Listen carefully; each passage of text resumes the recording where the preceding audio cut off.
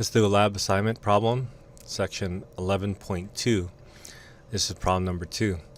They want us to express this infinitely repeating number as a ratio of integers. So this is actually a number that you can write as a fraction. Whenever you have a repeating decimal, you can always write that as a fraction. So we will rewrite this thing 0.64 with a bar on top as 64, 64, 64, etc. And then what we're going to do is we're going to split that up to 64 or 0.64, and then we'll add 0.0064, and then we'll add 0.000064, and so we can build a series out of this infinite repeating decimal. And so what we're going to do is we're going to factor out a 64 here, or a 0.64. So if we factor out a 0.64, we're just going to get 1 there. Now if we factor out a 0.64, imagine dividing this by 0.64. The first thing we want to do is move the decimal place over, and then you have 64, 0.64 divided by 64 divided by 0.64. So it looks like that's going to be 0.01, and then 0.0001, and then you're going to follow this pattern all the way through. I sometimes like to look at this as a fraction.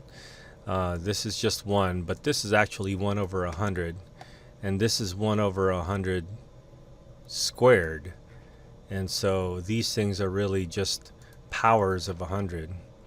So this is 1 over 100 squared, and that's 0.0001.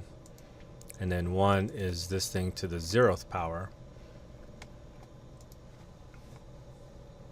So as you can see, it's kind of starting to build up to look like a geometric series,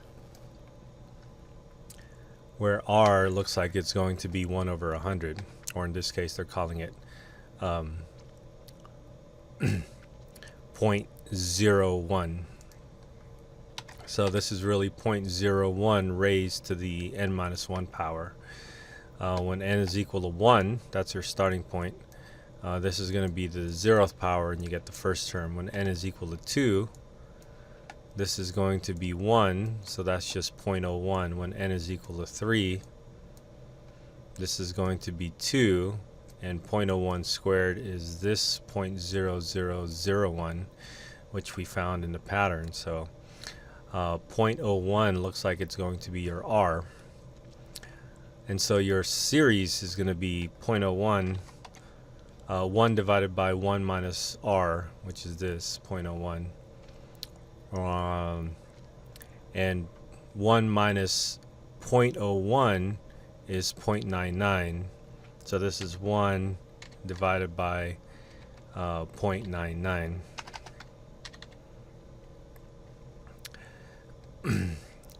So 1 over 0.99 is 99 divided by 100. And so if it's in a denominator, you take the reciprocal, and then you should get 100 over 99. Let's see if that works out.